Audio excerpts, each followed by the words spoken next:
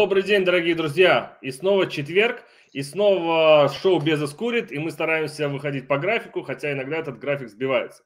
Сегодня у нас в гостях люди, которых, я думаю, знают все. Это Илья Прусенко и Вика Шершова, специалисты в области не только SEO и PPC, но и многих других вопросов. Ребята, привет! Привет! Привет, Антон! Прежде чем мы начнем разговор, я хочу немножко информации дать. Мы выходим одновременно в 8 сообществах. Сейчас уже нас смотрят 20 человек, и я думаю, что сейчас подключится еще. Вы можете, если вы видите нас, где бы вы нас ни смотрели, вы можете написать внизу комментарий. Я его здесь увижу. Если у вас будут живые вопросы, это будет очень хорошо. Мы всегда их выведем сюда на экран. Всегда наши гости на них ответят. И сегодня мы можем ответить на них абсолютно бесплатно, абсолютно открыто, честно и в прямом эфире, потому что здесь никакого монтажа, здесь все честно и откровенно. Вот, поэтому, как-то так. Давайте начнем с того, что вот из тех вопросов, которые были перед эфиром, говорили о том, что, ребята, как нам работать в 2022 году, как набирать отзывы, если вся эта вот чернуха уже не работает, и как набирать отзывы по белому, возможно, у вас есть какой-то рецепт, потому что, наверное, это вообще вопрос номер один. При старте 5-звездочных отзывов нужно штук 200, и сейчас вообще никак не работает. Илья, давай тогда начнем с тебя. Ты у нас за этот вопрос отвечаешь. Рассказывай. Окей, ребят, сначала имеет смысл вкратце сказать вообще о проблематике вот этого вопроса всего, да, что сейчас происходит. Давайте так вот в общем на всю эту картину посмотрим, что происходит на Амазоне, да. Амазону и непосредственно Джеффу Безосу, то есть ему очень важны репутационные риски. То есть для него, для Амазона играет роль очень репутация. Да? Что мы видели за последние полгода, год, 2 года? Очень часто в очень громких СМИ появлялась информация, что на Амазоне там китайские производители и другие разные товарищи манипулируют отзывами, да, манипулируют ранком. Причем это очень серьезные были такие СМИ, как Wall Street Journal, если не ошибаюсь, да, неважно. Вот с последующими вызовами того же Джеффа в Конгресс, да, когда, если помните, очень часто мы видели этот ролик, когда его прям чуть ли не отчитывали в Конгрессе, когда шло дело там по защите небольших private label продавцов. Да, соответственно, мы понимаем, что вообще происходит, и Амазону это очень важно, да, капитализация его растет, бизнес растет в объеме, да, количество продавцов увеличивается, да, причем такими бешеными темпами. И при этом Amazon начинает очень жестко бороться с чернухой. Да. Что мы увидели? Это баны очень крупных китайских продавцов, таких как Mpow, Оки, да, и так далее. Их там порядка 10, которые генерировали обороты порядка больше, чем $1 миллиард. Да. Для понимания вам общий там объем, да, продаж 2021 год это порядка 470 миллиардов долларов. Но тем не менее крупники, то есть забанены, причем насовсем, да. Вот, дальше что мы видели? Пошли волны банов за вкладыши, инсерты. То есть есть даже кейсы, когда Amazon не проверяет, ведет ли этот инсерт непосредственно на какую-то воронку, в которой мы можем просить отзыв, да, либо просто мы можем даже не просить отзыв, мы можем собирать какую-то клиентскую информацию, да, для нашей базы там имейлов. Вот, и в принципе инсерты уже даже могут на складе не проверяться, ведут ли они куда-то, да. Мы получаем, например, бан, и таких уже кейсов немало. Подожди, вот. Бан именно просто за наличие инсерта? За наличие просто вкладыша, на котором QR-код, либо сразу же вывод, да, то есть это в принципе и никогда не разрешалось Амазоном, да, но сейчас покатили уже за это баны. Вот, соответственно, желательно, конечно, если у вас есть эти карточки, да, внутри, то вы должны понимать, что вот такой риск существует. То есть мы, например, поставляя очередную партию с викой товара, то есть мы не только у нас консалтинговое направление, да, и обучалка, мы управляем брендами своими, да, у нас private label и не одна линейка и не один аккаунт. Вот, мы, например, прям полностью все убирали, чтобы перестраховаться и непосредственно из товаров. Вот, что еще происходит? Буквально дело конца октября, начала ноября – это запрет ранкинга, то есть, ну, точнее, манипуляции ранкингом, да. Дело вот то, что было по поводу отключения API Rebate Key, да, и дальше Amazon начал отключать еще и какие-то смежные сервисы, да, например, забыл, как называется. В общем, вроде говорили, что они типа как-то ведут переговоры, либо что-то они вроде говорят. Они шлют письма всем нам, мы видим, что они говорят: ребята, мы занимаемся, мы продолжаем общаться с Amazon, мы пытаемся все это дело урегулировать, но по факту, то есть мы не знаем, к чему все это приведет, фактически это манипуляция выдачи, да, то есть когда мы пихаем туда вот эти наши супер урлы, ссылки, которые внутри содержат ключевые запросы, да, то есть мы таким образом, грубо говоря, ну, манипулируем выдачей, когда нас покупают непосредственно по этим ключевым запросам. То есть вот это все Amazon сейчас пресек, да, он пресек Search Find Buy способ, да, он пресек Super URL, там, Two-Step URL, все урлы, да.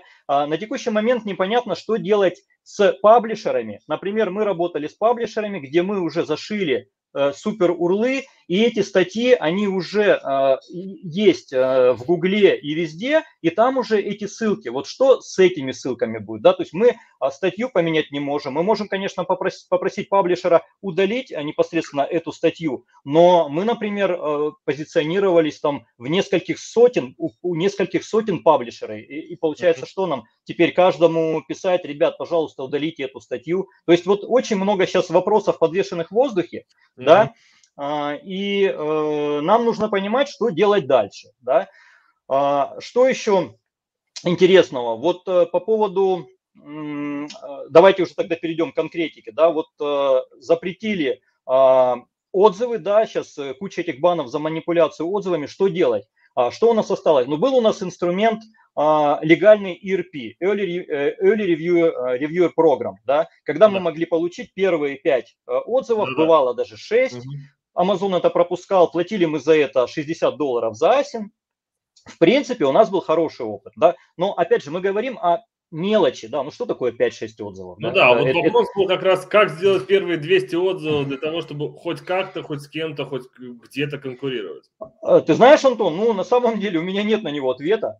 Да, во-первых, это зависит от скорости прокачки. Да, если мы, конечно, заходим с товаром, который довольно, ну, пользуется большим спросом и покупается там сотнями в день, ну, я думаю, мы быстро наберем эти 200 отзывов за первый, ну, не месяц, но, возможно, 2 месяца, да. Ну, предположим, что мы делаем 100 продаж, ну, 100 это много, ну, 50 продаж в день, да, это сколько? Это 1500 продаж. Да. Как ты с новым товаром, как ты зайдешь этот... То есть первый месяц он в любом случае будет такая раскачка. Поэтому что у нас есть? ERP Amazon в марте закрыл.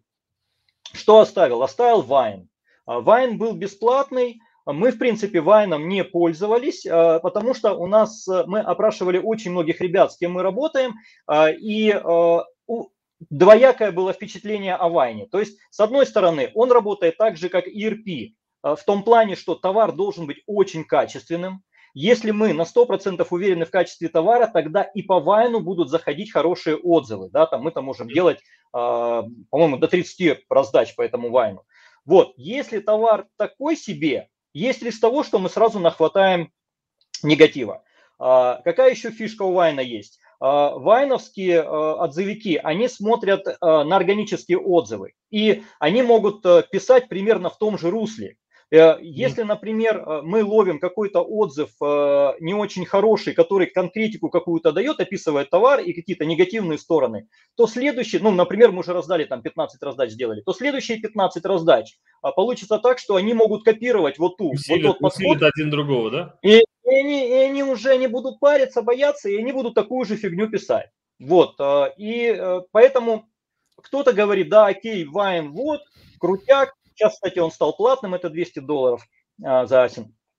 А кто-то говорит, блин, ну или очень долго мы получаем отзывы, но опять же, мы очень долго их получаем, когда у нас и продаж толком нет. То есть нужно сразу задавать вопрос, а как ты сейчас продаешь, какие у тебя ежедневные продажи, как ты стартовал, да? Вот. Слушай, ну если... а Вайн сколько отзывов дает? Вот вы, если так говорить, сколько Вайн может дать отзывов? Ну ты не занимаешься, да, этим? Там отзывов, ну, по-моему, на каждую раздачу должен ложиться отзыв. Точно не скажу тебе. Мы не тестировали, мы скажу как есть, да, мы боялись Вайна, потому что мы расспрашивали ребят, что говорят, типа вайновцы боятся ставить пятерки, да, и они там ставят четверки, бывает где-то даже тройки, могут сказать, да, хороший товар, троечка. Да, там, окей, знаешь, да, такие... Хороший товар, одна звезда. Да, все устроило, да, и такое бывает, вот. Поэтому тут, ну, ранки они могут просто ставить, да, рейтинг и все. Ну, да. Как сейчас набирать и быстро, ну, чат-бот еще ребята продолжают как-то использовать, но по эффективности это уже смертельно, да. Это выстрел себе в ногу, мне кажется. Тем более, что там тоже Search Find Buy используется, да, то есть вот этот способ. Поэтому сложно. Что еще происходит? Это я еще не все сказал. Да. На рынок агрессивно заходят агрегаторы, фонды, да, и скупают PL-продавцов. Очень много. Реклама просто бешеная просто во всем интернете. Сначала началось все это с крупнейшего фонда Thrasio, да, он как бы лидер рынка, он задал определенный темп этому рынку, начался какой-то некий передел собственности, ну, Amazon, ну, грубо говоря, e-commerce собственности, да, именно вот этих бизнесов. Вот, и вот поскольку спрос, как бы, наверное, превышает предложение, сейчас ситуация такая, что платятся довольно много иксов за твой бизнес. Ну, грубо говоря, делаешь ты прибыль там $250 тысяч в год, не в месяц, в год. То есть такой, например, бизнес можно продать за $1 миллион, да, x4. Грубо говоря, 4 икса, либо 3 икса. Стандартная практика, x3, x4. Да, есть предположение, то есть я смотрел там один из видосов одного из фондов, да, что рынок на самом деле, во-первых, половина агрегаторов в следующем году отвалится, во-вторых, ситуация такая, что, ну, они не смогут развивать бизнес, потому что это на самом деле сложно, да. Вот я, например, PL, да, вот у меня, я его продаю фонду, но как дальше фонд будет действовать, да, как он будет удерживать вообще наши товары, да, в выдаче, как это все будет происходить, тут большой вопрос. Тут уже будет вопрос к самим фондам, насколько у них мощные команды. И вот у этих ребят, у них там есть предположение, что вроде как там половина фондов отвалится, да, те, что останутся, они будут там качать. Вот, и фактически, а что останется нам, продавцам, которые вне фондов? Нам придется конкурировать с агрегаторами. Ну, да, то есть у них мощные команды, мощные тактики, систематизация бизнеса, да, там все очень, там IT-структура и так далее. Вот, что еще могут делать фонды? Они могут работать несколько месяцев, год, а может быть и больше, только ради захвата ниши. Демпингуя, грубо говоря. Ты же знаешь эту историю с Индией, да? Когда в Индии даже снимался какое-то видео по поводу того, что Amazon планирует там в каких-то нишах несколько лет ниже, чем стоит товар на рынке. Ну, то есть ниже, чем он стоимость в производстве для того, чтобы вычислить Индию. А Индия – это же 1,5 миллиарда людей.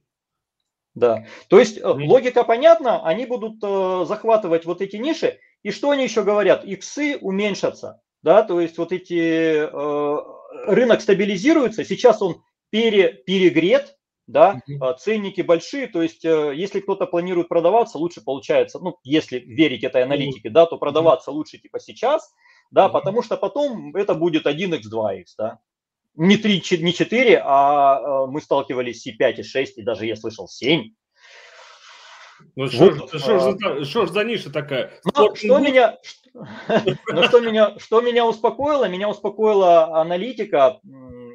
Аналитика такая, что вроде как доля агрегаторов, вот $470 миллиардов оборот, да, Амазона там, грубо говоря, получается доля агрегаторов там 8 миллиардов, это порядка 1, я посчитал, это 1,7% всего лишь, да. Ну, реально, по факту это доля маленькая, да, и получается все остальное это private label продавцы, вот более мелкие и так далее.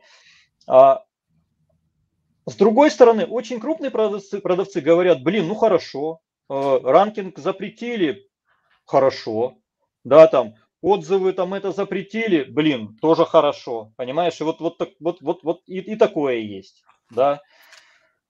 Сейчас много на самом деле информации по этому вопросу. Я да, бы сказал, везде... что, конечно, хорошо тем, кто уже, у них хорошие там много отзывов, да, на листинге. Да, То есть да, хороший у тебя рейтинг. Если тебе, твоим конкурентам не позволяют набирать отзывы, но завтра Amazon устроит субботний вечер раздач, и у всех спишут отзывы по 1000, как это?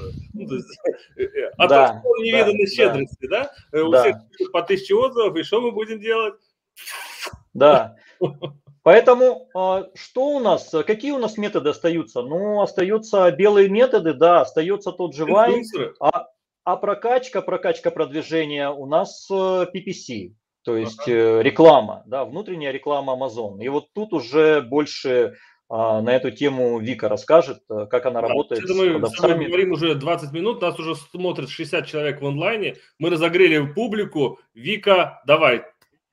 Твой выход. Я тем накидал, теперь такие, блин, и сейчас вот это будет. Да, Вик, скажи, базовые принципы PPC, то есть набираем 20 отзывов и запускаем PPC, или все это уже по-другому, все уже не так? Добрый день, добрый вечер, доброе утро, кто в каком часовом поясе. Да, меня хорошо слышно? Да, тебя отлично слышно. Все, да. Ну, начну с того, что так немножечко, да, не с рекламы. Давайте закончим тогда тему раздач, тему набора отзывов. Вообще, на самом деле, вот этот Q4 – это уже мой 6-й Q4, полноценный 6-й мой Q4 на Amazon. 15-й год, 15 на 16, да, я не считаю, потому что там еще была регистрация аккаунта, товара еще не было, еще было только мы так планировали начать бизнес на Amazon. Уже в 2016 году в начале только мы начали работать. Вот, поэтому это полноценный 6-й Q4. Соответственно, видно изменения, которые происходят на Amazon каждый год. И, конечно, от года к году Q4 не становится легче. Этот период становится действительно все жестче. Это действительно так. И некоторые говорят, вот, там зря говорят, что раньше было легче. Может быть, и зря так говорят, но Q4 действительно стал пожестче. Соответственно, что нам надо знать? Давайте тогда закончим тему с Vine. Vine на самом деле у многих хорошо работает. Если так получилось, что Vine у вас не сработал, вас закидали плохими отзывами, ну, наверное, тогда лучше уже сделать какой-то перезапуск. Тут не подскажу, но скорее всего. Так вот, у нас получается замкнутый круг. Чтобы получить отзывы, нам надо продать товар. Чтобы получить много отзывов, чисто статистически даже, отзывов и ревью, да, отметочек вот этих, оценочек, которые можно отзыв не писать, а просто поставить оценку, количество звезд, надо, опять же, сделать много продаж. Чтобы сделать много продаж, надо много отзывов. И у нас замкнутый круг, то есть мы не можем продавать, пока у нас нет отзывов, мы не можем получить отзывы, пока мы не продали. Что же делать? Раньше нас выручали, конечно, раздачи очень сильно. 1 ноября примерно произошло то, что произошло. Теперь любые раздачи жестко вне закона и рисковать нельзя.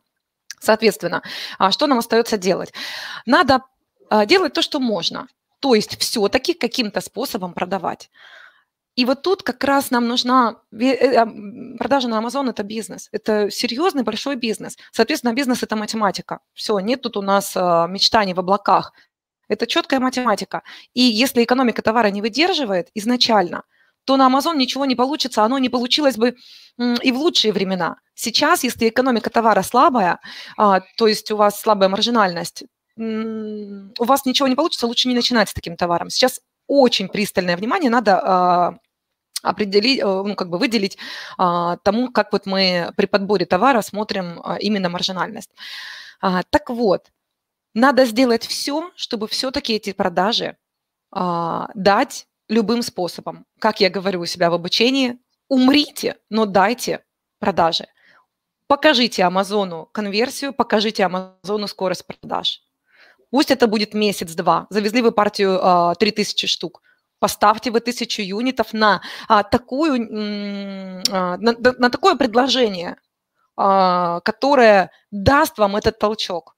Что это? Я не очень люблю сейчас низкую цену, прям вот заходить с супер низкой цены. Я сейчас это не очень люблю. Я люблю обычную стандартную цену, но большие купоны. Большие купоны, классные промо. То есть максимально, конечно, качество товара мы уже не обсуждаем, и качество листинга мы тоже не обсуждаем. Оно должно быть на 5 с плюсом. Так вот, когда нет отзывов, нам надо заинтересовать покупателя купоном большим, более низкой ценой, промоушеном, чтобы он нас купил. Соответственно, потом вы делаете первые продажи, вы нажимаете Request a Review и очень легко получаете первые оценки. То есть надо только запустить вот этот вот паровоз и дать вот эти первые продажи. На самом деле, как их дать? Только получается сейчас уже через рекламу. Это может быть внешний трафик, если вы пользуетесь, если вы умеете. Это не просто, это целый мир в мире Амазона, внешний трафик на Амазон. Соответственно, сегодня мы будем говорить про внутреннюю рекламу. Запускаем товар без отзывов. Понятно, что это дорого. Понятно, что у нас реклама будет дорогая. Соответственно, вы должны находиться максимально в своей категории, чтобы уменьшить стоимость клика и стартовать кампании, которые называются Sponsored Products, со стратегией Fixed Bids. Она дает нам запуск легче и с более низкими ставками, чем, допустим, другие две стратегии Down Only, Up and Down. Соответственно, запускаем Fixed Bids и несколько типов компаний. То есть здесь нельзя сейчас начинать только с автомата или только с ручных компаний, или только с Sponsored Products. Просто сделайте все типы компаний по чуть-чуть.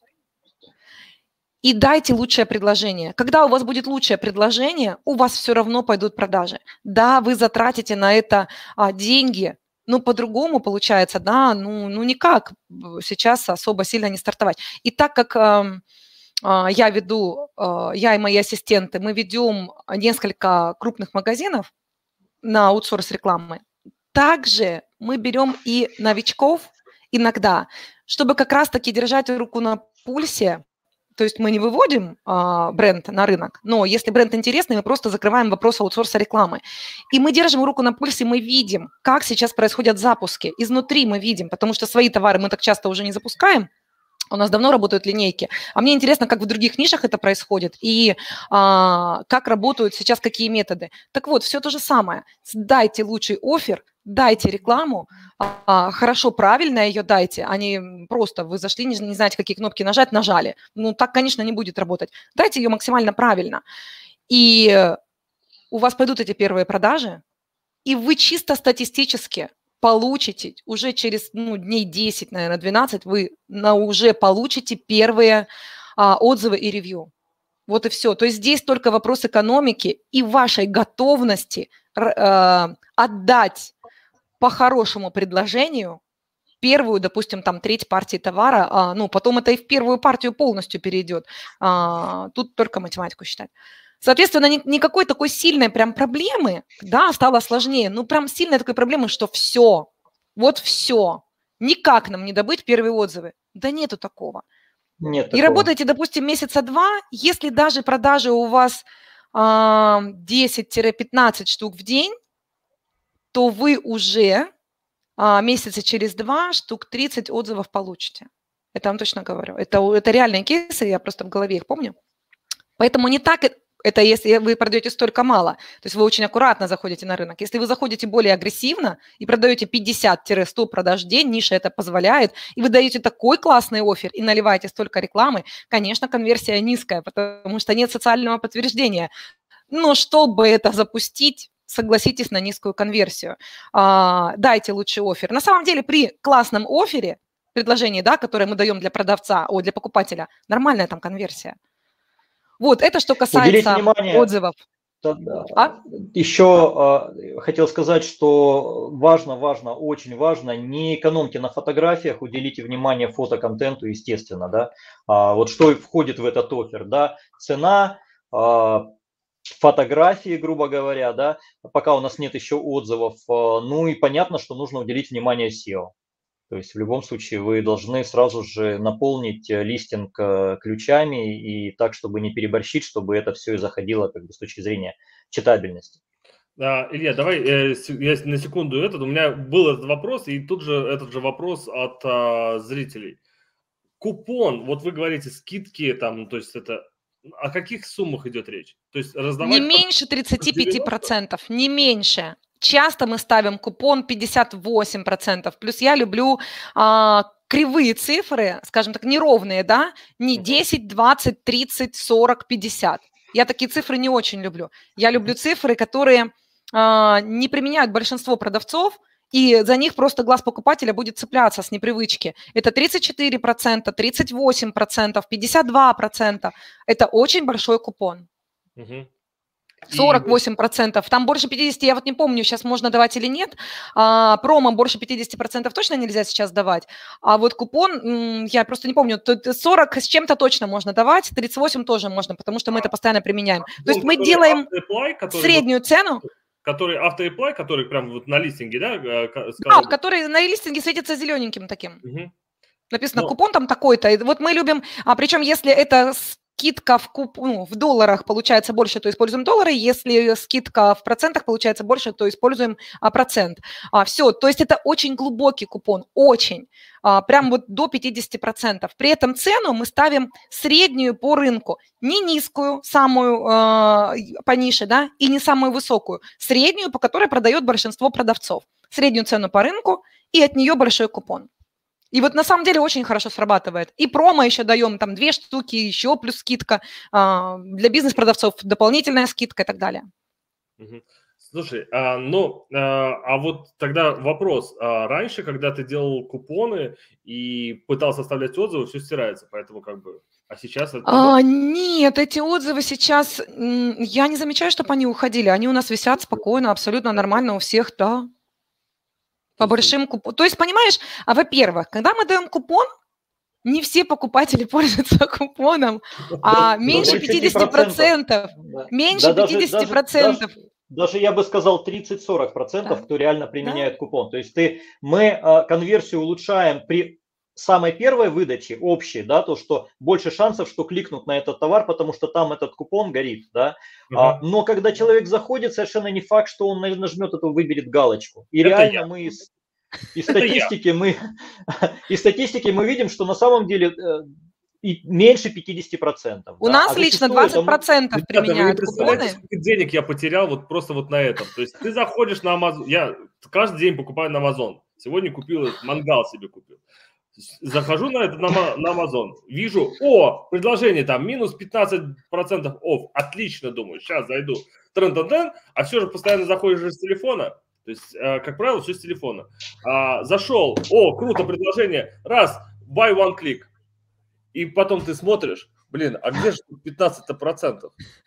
Это нужно было нажать на эту галочку дурацкую на самом листинге, и она не входит нифига в этот по умолчанию.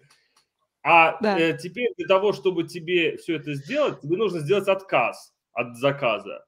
От заказа делать отказ лень, потому что нужно в ордеры идти, выбрать кнопочку «Отказаться», потом нужно reason указать, почему ты отказываешься. Окей, сделал заказ по ошибке. Потом нужно он же у тебя из заказа пропадает, тебе нужно опять в поиск идти, искать этот листинг. Думаешь, да хрен бы с ними, с этими 15%. Но вот то, что вы действительно говорите, это абсолютно, вот я уже американец. Ну да. На это постоянно, потому что вот оно не работает. Слушай, ты типичный представитель антикуповочников. Да, купоночников.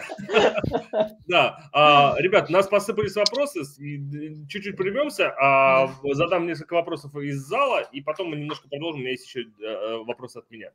Вот такой вопрос. Ярослав спрашивает, пробовали ли вы внешний трафик через Amazon атрибуцию, есть ли позитивные результаты? Мы лично у себя на своих товарных линейках еще не настраивали Amazon Attribution. Да, но другие продавцы, которые есть, у меня доступ есть к очень многим аккаунтам, и да, применяли и работает очень классно. У Амазона есть мануал на самом деле.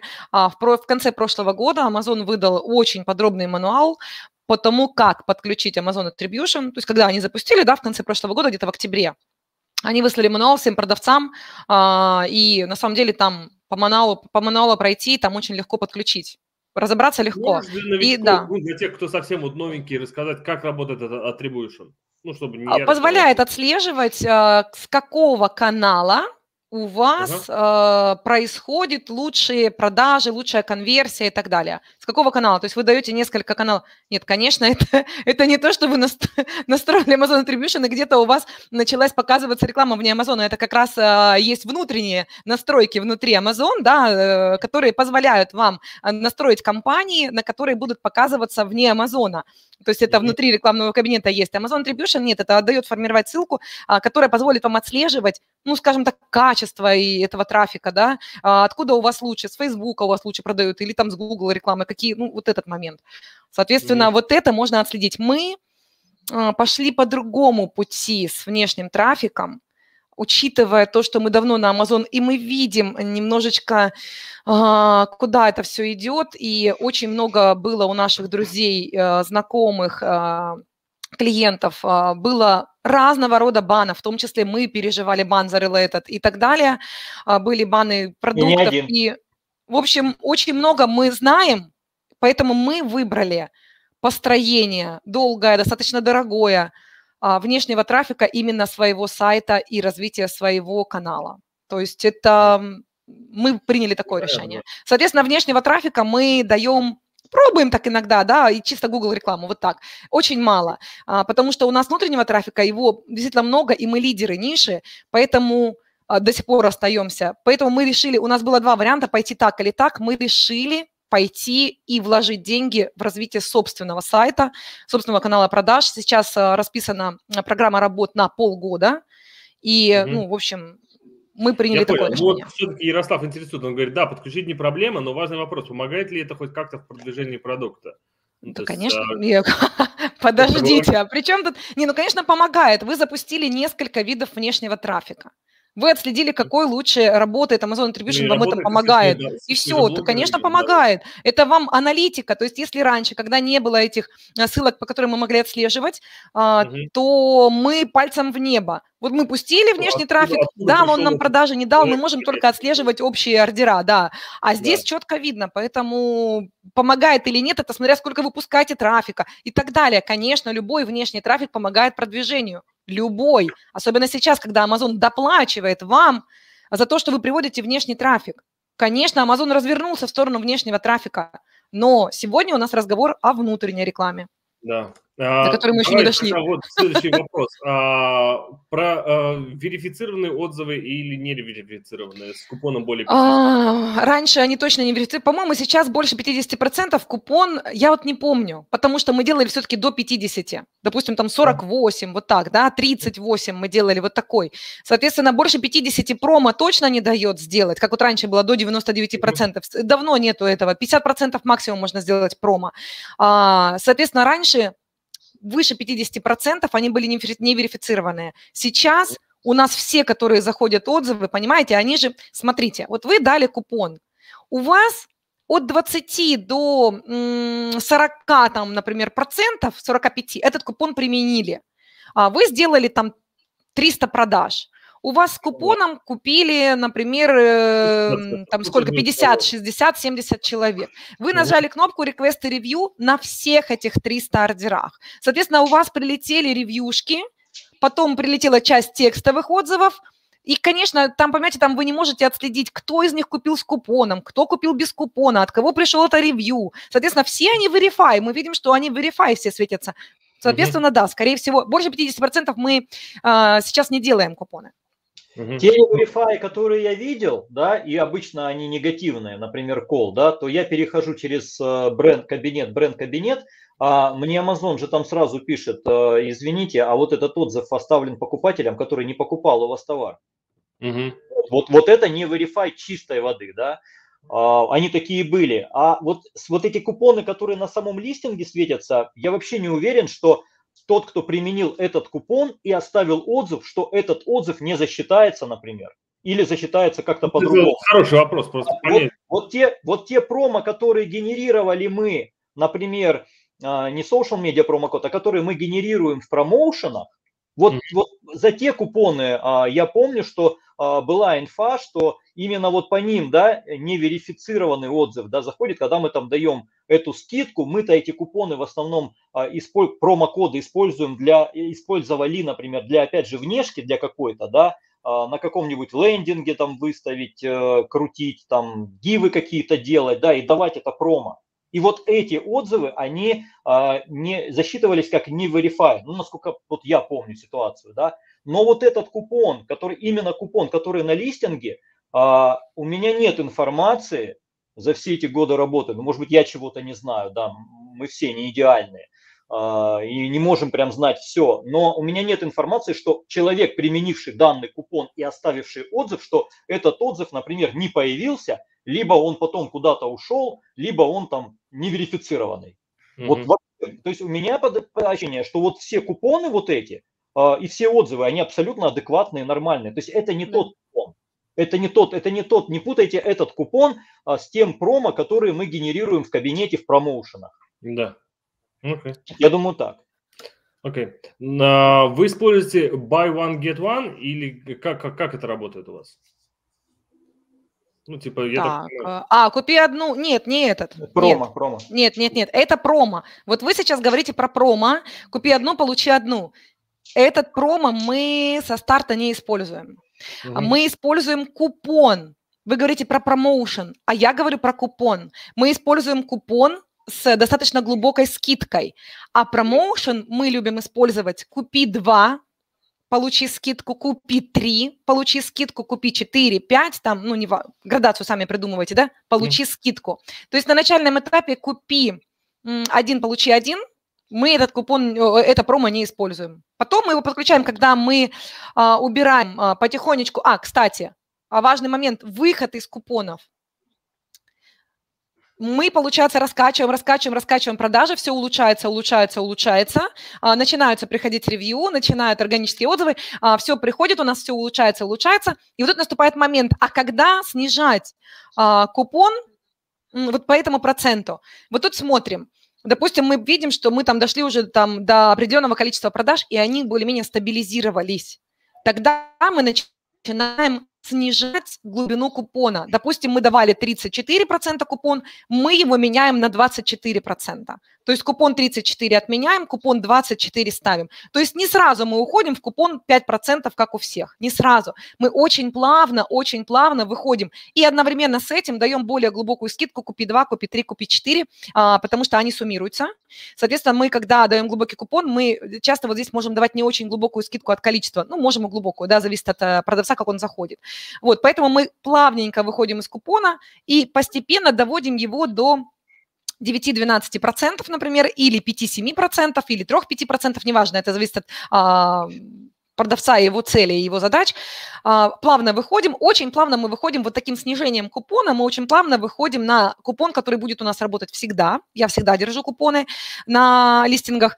И увеличиваем скидку, которая идет от количества штук. И в какой-то момент, когда мы уже разогнали продажи, у нас купоны уменьшились, а глубина скидки от количества штук увеличилась, все, и мы пришли к тому, с которой мы будем работать уже постоянно. А купи 1, получи 1, это мы используем редко, на несколько дней, как промо. То есть постоянно на старте мы это не используем. Вот, ну, так вот сложилось. Не могу объяснить там прямо почему, но не сложилось. Я думаю, что если мы не перейдем к рекламе в Q4, то мы просто не успеем. Да. Илья, скажи, пожалуйста, расскажи немножко... Не перейдем, Вик. Сори, Антон, я говорю, Илья, теперь все, точно не перейдем, потому что ко мне вопрос. Мне все-таки интересно, вот мы регулярно задаемся этим вопросом по поводу SEO-листингов, и вот мне хотелось тебе вопрос задать про SEO. Легко. Ну вот, нет, SEO вообще нелегко. Знаешь, это SEO это такая некая ящик Пандоры. Ты знаешь, это все круто, это, я считаю, у нас очень круто получается, и в рамках агентства по созданию листингов мы работаем с очень крупными брендами, да, и с крупными, и с мелкими, и на разные маркеты, разные языки. В чем, скажи, топ-5, что нужно сделать для листинга, чтобы он был продавать? Потому что мы можем вспомнить, откатиться лет на сколько, на 4 года там, или на 5 лет назад, когда было там, как заставить листинг продавать. Это было очень известное, но это было 5 лет назад, это было актуально, круто, как давить заголовки. Окей, что сейчас? Топ-5. Так это ж не только про SEO. Сначала нужно сделать видео, иначе ничего не будет. Правильно? Фото. Вика сейчас меня, если что, дополнит. Фото, цена, SEO, да, социальное подтверждение и отзывов. Что в SEO должно быть? Завалить ключами из Google AdWords? Но это же так уже не работает. Должно быть как? Не, зачем? Ну, ключи мы берем, либо работаем из Helium, либо мы используем Brand Analytics, либо частично мы даже, бывает, посматриваем на Google. Да? То есть, когда мы формируем семантическое ядро, когда мы собираем непосредственно ключевые запросы, мы работаем с несколькими сервисами. То есть у меня в обучении на нашей платформе, да, я даю два варианта. То есть, ребята, вот есть долгий ручной способ сборки, да, когда мы все это аккуратненько, спокойно собираем в Excel файл, и это людям понятно, мы это пытаемся максимально разжевать, и человеку может этот способ просто приглянуться, да. И также даем очень быстрый способ, когда мы делаем выгрузку, парсинг в том же Helium Cerebro, мы сразу формируем пул ключевых запросов по нескольким конкурентам, отсеиваем нерелевант, и потом это все выкладываем, распределяем аккуратно в тексты, в буллеты, в title, в description, в скрытый description. Если мы работаем с A+, если у нас есть торговая марка и бренд registry, да, тогда там по-другому идет формирование листинга, да, там у нас обычное описание скрывается от глаз покупателя, да, Amazon его скрывает, но мы туда зашиваем ключевые запросы. Вот. Кстати, одни из первых твоих клиентов, они прям топили за SEO, да, вот Серега, за кого я тебе говорил, да, и вот когда мы с ним работали, сначала они сами, да, там формировали, делали листы, потом я им помогал, потом уже в рамках агентства мы с ними работали, вот они четко, Илья, A+, и в скрытый description фигачим ключевые слова без там пробелов, просто даем массив релевантных слов для расширения семантики, для того, чтобы лучше органически выглядеть в выдаче Amazon. То есть вот так. Okay. Но SEO, ты понимаешь, я больше как бы за... Понятно, да, есть уже много компетенций, да, очень огромный опыт с блокировками, с банами листингов, да, по стоп-словам, ну, реально уже огромный опыт, да. Понятно, что мы это все формируем, максимально уходя от этих стоп-слов, но в любом случае вот SEO – это одна из частей вот этого большого пазла, да, чтобы у нас все супер получилось. Это не так, что это... Да, есть товары, когда ребята заходят в ниши невысококонкурентные, да, узкие, там, ну, с выдачей, например, там, первые 30 игроков, 40, там, ну, пусть будет 200 тысяч долларов, там, по Helium, если мы смотрим, там, этот X-Ray. Неважно, Helium, там, Jungle Scout, там, AMZ Scout и так далее. Вот бывает так, что только лишь SEO помогает им сразу залететь на первую страницу, но это редкие случаи. Мне кажется, единичные случаи это уже как бы... Это единичные, да, они встречаются до сих пор, даже вот не работаем сейчас, даже есть хитрые такие БАДы, где вот раз там и нам клиентка говорит, блин, ребят, я офигела, вот у меня он такой листинг был. Давай, расскажи мне про БАДы. Как зайти в БАДы на первую страницу? В любую БАДы. У Вики опыт 2018 года прокачки БАДов прям вот пумс и улетел. Ну, именно БАДы, которые для human, человеческие, грубо говоря, да, не для кошек, не для собак. Вот.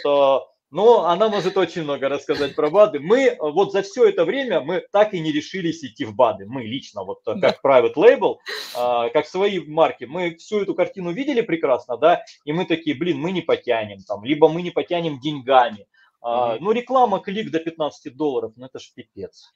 Ну, я просто знаю, вот что очень много наших полегло во всяких там наколенниках, потом наши полегли в репеллерах, а потом наши полегли в БАДах. И наших много там полегло в этих БАДах, потому что... В БАДах вот буквально... Можно измерять свой бюджет, и если у тебя там 50 тысяч долларов, то лучше туда не соваться. Кейсы, начиная с августа, мультимиллионники, наши ребята, и российские, украинские, и Беларусь, есть очень мощные продавцы, которые вот даже поймали баны и из БАДов как бы вышли. А баны дальше за что вставали? За что они попали баны? Ну, там как раз-таки, понимаешь, в БАДах, если ты не работаешь по раздачам, там, по чат-ботам, ну, то есть, грубо говоря, там другие, ну, точнее, наоборот, по PPC они не работали, потому что дорого, да, соответственно, там другие способы, это внешка и это чат-бот и так далее, и какие-то другие технологии сбора отзывов. Ну, понятно. Соответственно, это в итоге манипуляция отзывами и другого типа баны, да. Но я не сильно в теме там по кейсам конкретно за что, но я знаю, что вот несколько очень крупных ребят. Я понял. Давайте я задам несколько вопросов, и мы перейдем к Q4, да? Или Вик, ты Да, давайте. Нет, ты хочешь что-то добавить сейчас по поводу... Да, я хотела добавить про SEO, что если у вас товар, который очень хорошо подходит для подарка, но в течение всего года он тоже продается. Ну, допустим, в Q4 в декабрь, вот с 15 ноября, да, вы делаете, например, X3 продаж хотя бы, или X4, X5, что чаще всего, то стоит под Q4 перепилить SEO. Как раз-таки тайтл, сделать максимально его заточенным под гифты. Это дальше уже ваше for women, for men, там, for кто там еще, да, может быть. Максимально вот собрали все, что подсказывает вам Amazon, где есть вы. Ну, с разных мест нужно собрать, это все знают уже, где собирать запросы с гифтами, да, кто не знает, Brand Analytics, масса всего. Ваши рекламные кампании в первую очередь автоматически. Или настроенные на гифты. И когда вы подпиливаете SEO на этот период, особенно тайтл, когда вы подпиливаете его под гифты, под эти ключи, у вас пойдет все сильно легче везде, в ранжировании по этим ключам, в рекламных кампаниях по этим ключам, в конверсии и так далее. То есть у кого реально подарочный товар, и вы качаете в Q4, я на этот период рекомендую переписывать. Потом мы обратно меняем тайтл, тот, который у нас работает в течение года. Там уже не так много гифт, да, Christmas гифт мы там убираем. А вот если у вас Q4 качает, то вот это моя рекомендация. Это очень круто работает. Вот тут есть комментарий человека, это скорее не вопрос. Мне очень понравилось дополнять ключи для рекламы с помощью Product Opportunity Explorer, а там ключи, которых нет даже в Магнете. Да, конечно, у нас есть и Brand Analytics, и вот то, что Product Opportunity Explorer, и какие-то еще моменты, да, конечно, вы этих ключей не найдете. Даже те ключи, которые автомат вам собирает, и рекламные кампании типа Broadphrase, чаще всего... Большинства ключей, NC, например, да, их нет в Магнете, либо вы показываете, когда в Магнет хотите посмотреть частотность, там прочерки, и, соответственно, Магнет не видит этих ключей. Естественно, то, что нам дает Amazon внутри, начиная с подсказок, Brand Analytics, Product Opportunity и рекламные кампании, это, конечно, больший для нас фокус для расширения, чем сторонние сервисы. Это естественно. Да. Но я думаю, и вы можете дополнять этими ключами листинг, SEO. Вы про это, да, говорите? Конечно. Я думаю, Helium еще просто не потянулся. Они же не так прям быстро их программеры там поспевают. Я думаю, у них очень прям в точку, все близко было к Brand Analytics. И сейчас вот то, что Amazon выкатил вот этот продукт, да, Product Opportunity Explorer, вот я думаю, что и Helium, ему придется просто, да, подтянуться. Ну, конечно, они подтянутся, да. Да, просто это нужно время. Сейчас, скорее всего, да, возможно, если перепилить под Q4, как быстро алгоритм Амазона подхватывает новый листинг? Достаточно быстро. Несколько дней, в течение недели уже все перепропишется. Окей, хорошо. Вопросы у нас пока закончились. Там есть комментарии, типа вот, наколенники, знакомо. Я не буду такие комментарии выводить, чтобы не тратить время. Много слов благодарности и так далее. Давайте перейдем к все-таки Q4. Вика, это твоя тема. Мы давай... Да, на самом деле у нас осталось не так много времени, поэтому я быстро, вкратце. Что надо понимать? Кто не первый год в Q4, они знают, что трафик у нас начинает расти с 1 ноября, и самый заметный рост трафика и самый пик происходит с 15 ноября по 21 декабря. Это надо понимать, это надо знать, к этому надо быть готовым. У вас должны быть готовы. Не будем сейчас о лимитах говорить, все решают эту проблему как могут. Не будем говорить о долгой приемке, все это понимают. Все, давайте это не тема у нас сегодняшнего разговора, да, это очень много обсуждается в группах, как с этим справляется. Так вот, самый большой всплеск с 15 ноября по 21 декабря. 21 декабря – это последний день после, по-моему, с 22 числа Amazon ставит пометку на листингах «Доставка после Рождества». Поэтому с 22 числа практически начинает уже все, знаете, оно как выглядит. Кто очень хорошо, активно увеличивает свои продажи в Q4, они прям видят, все, 22 числа практически все отрубается, и реклама вырабатывается столько, сколько она вырабатывалась стандартно до Q4. Дальше у нас 24-25 практически там, да, Рождество, спад продаж. Что еще надо знать? В эти дни у нас есть 25 ноября День Благодарения, и также 25-26 ноября проходит Черная пятница, и с 27 по 29 проходит Киберпонедельник. Друзья, столкнулась с тем, что не все знают, как получить бейджик на Черную пятницу и Киберпонедельник. Ребята, очень легко. Заходим в адвертайзинг, там есть вкладочка. Вот там идет отдельно deals, купон, с промо, и есть отдельная вкладочка Prime, Exclusive Discount, по-моему, она называется. Вот вы туда заходите, и там создаются эти бейджи для Черной пятницы, Киберпонедельника, Prime Day. Поэтому туда заходите, загружаете свои товары, справа написан список условий, при которых у вас будет этот бейдж, и там настраиваете скидку, и будет у вас бейдж. Это очень хорошо работает. Кто без бейджа остается на вот эти дни, чаще всего они не замечают вообще роста продаж. Поэтому максимально подготовьтесь, сделайте заранее. Дальше, что касается рекламы. В Q4 максимально используйте все виды рекламных кампаний, все, которые возможны на Amazon.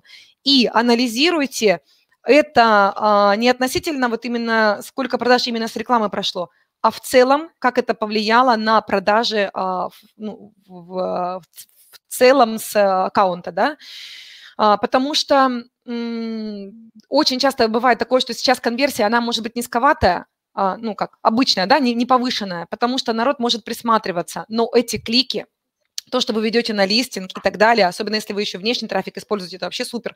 Это дает вам возможность органически прокачивать и держаться на своих позициях и получить все-таки этот всплеск и так далее. Тут уже все это началось. Если вы зайдете во вкладочку Business Reports и посмотрите свои органические сессии, вы увидите, что они уже увеличились, и они увеличиваются серьезно. Поэтому что мы делаем в рекламе? Максимально используем слово «гифт», если ваш товар подходит под гифты. Максимально, вы сами знаете уже, где их найти. Настраиваем рекламные кампании отдельно на слово «гифт». Отдельно sponsored бренд со словом «гифт», отдельно sponsored products, типы на ключи со словом «гифт». Дальше. Обязательно делайте это в разных компаниях и тестируйте, начинайте там, да, с небольших бюджетов. Самое начинать я рекомендую, когда мы используем гифты, это не просто Christmas gifts и не просто gift for women, а именно сначала начать с тех слов, которые, если вдруг у вас есть слово «гифт» в сочетании с вашим товаром, это вообще супер, но это не так часто. Соответственно, поищите в выдаче Амазона те слова со словом «гифт», где есть, допустим, на первой странице листингов 8-10 вашей тематики. Вот тогда это слово, скорее всего, ваше. Вот начните с таких слов. Дальше, что мы еще делаем в рекламе? Конечно, кстати, про Черную пятницу, да, забыла сказать. Пример? Ага. Извини, пожалуйста, можешь привести какой-нибудь пример? Вот я немножко не догоняю, как вот, гифт с каким-то словом в вашей тематике. Вот, допустим, если вы продаете, например, тумблеры, кофе-тумблер, то есть слова с этим товаром. Гифт-тумблер, что ли, да. Или как? Да. Гифт оранж тумблер и вот, допустим, гифт gift for baby и название, допустим, конструктор. То есть именно слово, которое означает наш товар или хотя бы нашу какую-то категорию, и со словом gift. Вот такие слова в первую очередь надо поискать. Okay. Дальше идем по категории. Допустим, если это дети, да, обязательно у кого детская тематика, Q4 – это ваше время. Обязательно настраивайте все, максимально давайте трафик на листинг. Вот самое главное, иначе мы забудем об этом поговорить, не успеем. Бюджеты и количество кликов. Что у нас происходит в Q4? Начинается борьба за покупателя. Как нам отследить баланс? Нам надо найти баланс между бесконечным повышением spend, затрат на рекламу, и отдачей. Вот здесь что происходит? Следите, пожалуйста, за количеством кликов. Если каждый день не можете, раз в неделю выгружайте либо таргетинг отчет, либо bulk operations, как хотите. У кого небольшое количество товаров, небольшое количество рекламных кампаний, вручную отслеживайте. Вы не должны терять в количестве кликов. Вы должны наращивать. Если вы будете терять количество кликов, а почему это происходит? Потому что растет средняя цена за клик. Начинается борьба за покупателя, соответственно, цены на рекламу растут в Q4.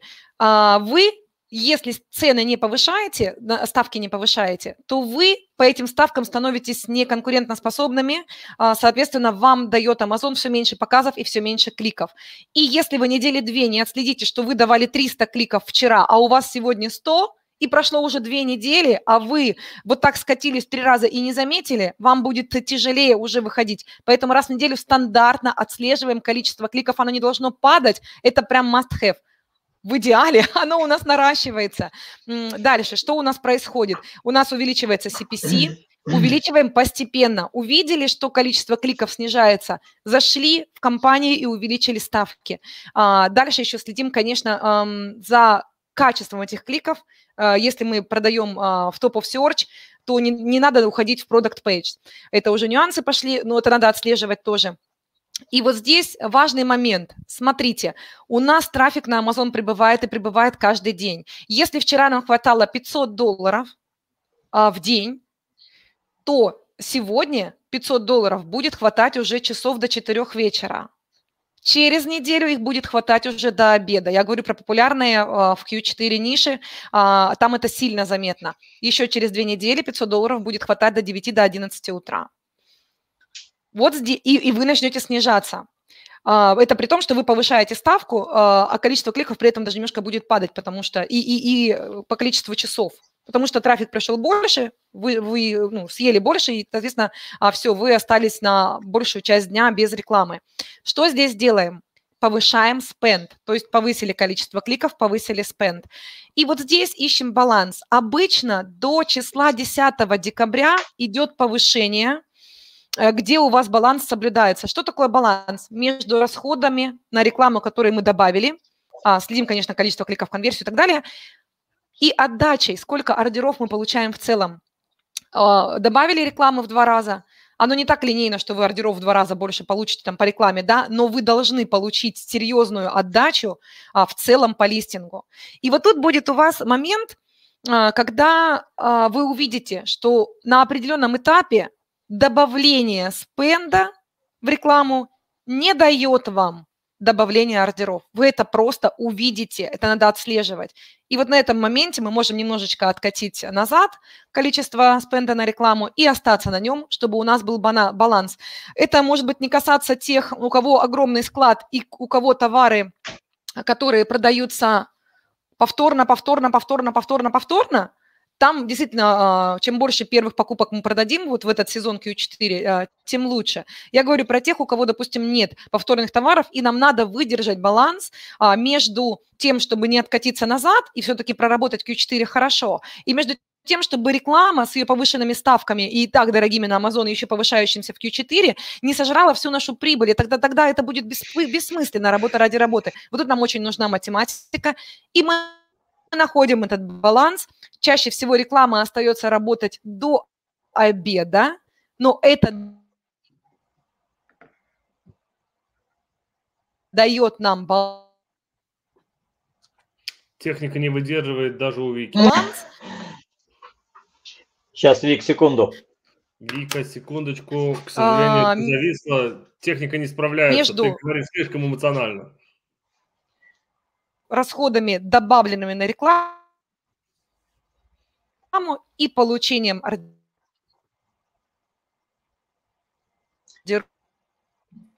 К сожалению, Вика, у нас... Нам очень жаль, да, что так происходит иногда. На самом интересном месте, как всегда говорится, Вика у нас сорвалась. А мы сейчас попросим повторить. Мы попросим повторить. Давай, Вика, заново. Подгрузись сюда, пожалуйста, и мы попросим тебя поговорить. Так, сейчас. К сожалению, да. Подождите, ребята, не отключайтесь. Сейчас, я думаю, что Вика соединится заново, подключится заново, и мы... Вика? Да, меня было не слышно какое-то время, да? Повтори, пожалуйста. Да. Так, там на чем же мы тебя потеряли? А я себя прекрасно видела. А мы тебя не Пару видим. минут, в общем. Пару минут. На балансе. То есть ты закончил... На балансе. На балансе. Важно... Да. Да, важно, это я говорила, что касается тех товаров, которые не имеют практически повторных покупок. Соответственно, здесь нам очень важно выдержать баланс между добавленными затратами на рекламу и продажами. И если у вас повторные покупки, да, и позволяет склад, вы, конечно, можете прокачать в Q4 как можно больше первых покупок. А те, кто, и можем выдержать, да, даже в ноль, там, да, потому что у нас будут вторые, третьи, четвертые, пятые покупки. Но те товары, которые продаются разово чаще всего, тут нужен баланс, и, соответственно, надо его просто отслеживать. В какой-то момент вы увидите, что добавление рекламы, добавление бюджета не дает. Все, вот оно давало, вот мы добавляем, продажи добавляются, добавляем бюджет, продажи добавляются. В какой-то момент это происходит после 10 декабря примерно. Вы видите, что вы добавляете рекламу, бюджет, а ордеров уже столько не приходит, сколько вы добавляете, и у вас вот это вот немножечко смещается. Вот здесь можно остановить и откатиться немножечко, да? То есть у вас будет рекламы хватать, скорее всего, до обеда, но это позволит вам выдержать баланс доходности вот этой, которая нам нужна. Вот это очень важно. Да. Мы же не работаем работа ради работы. Работа ради работы – это вообще наше хобби, но мы стараемся так не делать. Да. То же самое, кстати, когда касается «Черной пятницы» и «Киберпонедельника». Если у вас товары повторные, то я рекомендую максимально делать скидку, использовать ее все 5 дней, а не только, допустим, «Черную пятницу».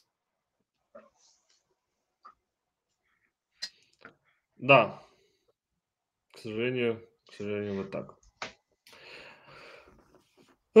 Да, Вика, опять у нас все прервалось, и, к сожалению, вот так. Илья, давай мы тогда с тобой, наверное, уже будем заканчивать, двигаться. Да. Вика, ты здесь? Размагнитилась? Ага. Сори. Да, такое бывает.